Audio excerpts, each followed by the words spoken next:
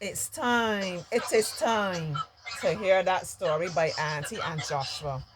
I'm in my bedroom, so I'm not going to stand. I probably have to stand on the bed. I'm just going to sit.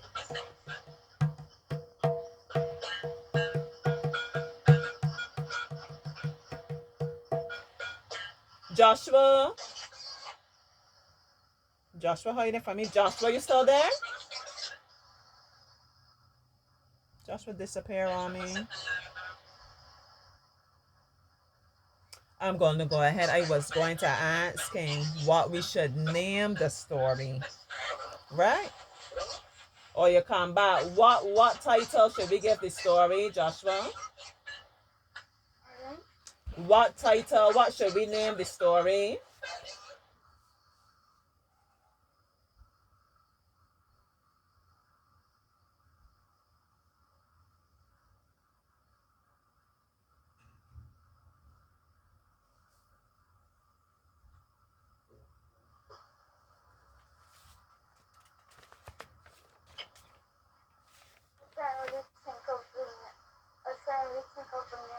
I will call it Barbar the Escape Artist. Or Barbar's Great Escape. Which title you prefer? Barbar Escape. Barbar's Great Escape? Barbar Ba- Escape Plan. or Barbar's Escape Plan?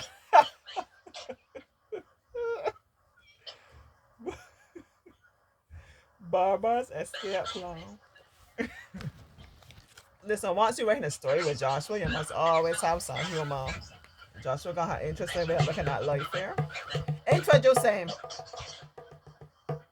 Barbar's Escape Plan, an original story by the talented Joshua. Give it up for Joshua. And the gifted Auntie Jessica. Give it up for Auntie. Okay. Barbar's Escape Plan. They heard a baby cry in the room. The baby was the neighbor's. His name was Barry. But I should have said they because we started off saying they, but never mind. But we called him Barbar. He was crying because he didn't know which house he had come from. His daddy had brought him over to our house and was outside mowing the lawn. Let's say while he was outside mowing the lawn, had brought him over to our house to stay while he was outside mowing the lawn. When Barbar looked behind him, he saw, when Barbar looked behind, he saw his father following him. Don't cry, Barbar, his daddy said. Daddy is right here. Then they walked home. Barbar was a friendly baby boy. The mother saw that the baby pen was open.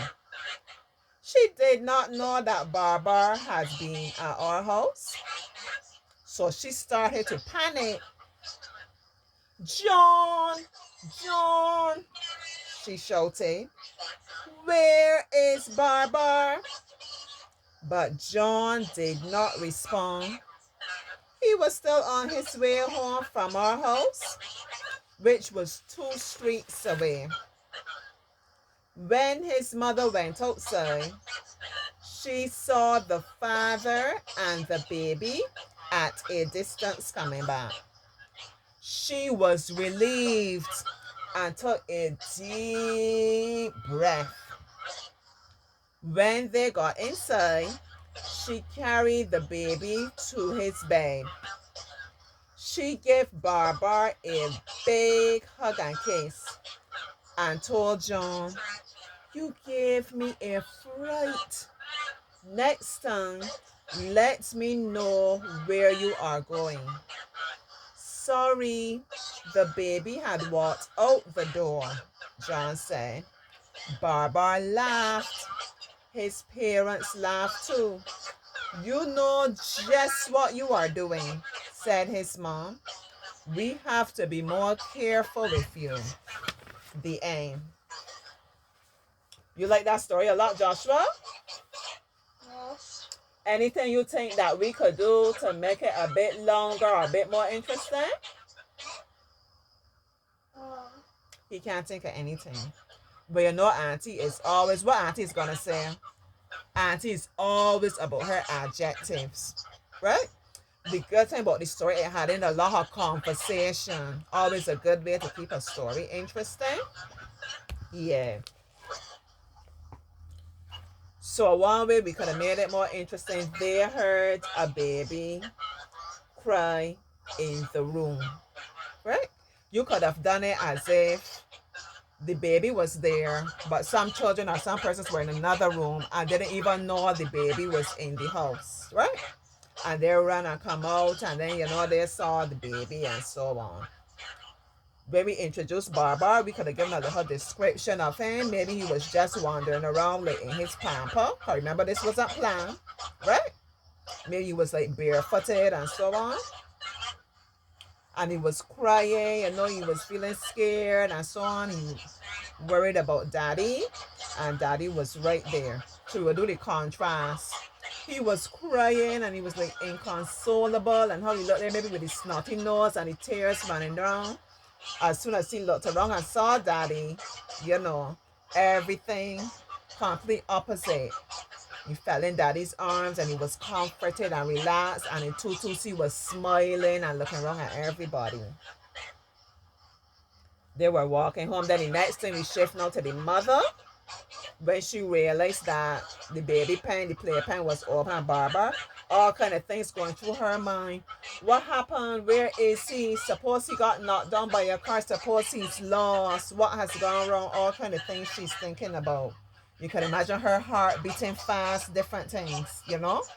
As I said, she might have been cooking. She might have been dealing with laundry. She forgot all about that now, because it's all about her child. And then when they came and she saw them at the distance, once again the contrast, how she felt that relief, a weight off her shoulders.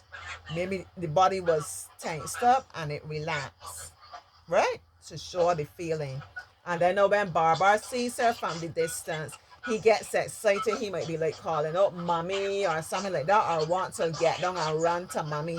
Mommy lift him up into her arms and so on. Yeah. So that was a very interesting story, once again, from just a simple sentence, right? Give it a try, give it a try, give it a try. Get writing, get drawing, get doing something, get creating. I haven't started the crochet yet. I have it there. I started doing a little story. I wrote one sentence. My sweet, sweet girl, I'm going to see you tomorrow, challenged me to write a story about a hurricane. So I wrote one sentence so far. You think you would like to do a story about a hurricane, Joshua? No, cause it's scary. Yeah, he don't want to do a story about that. He want to do a story about happy things. Yeah. Yeah, but I just wrote one sentence.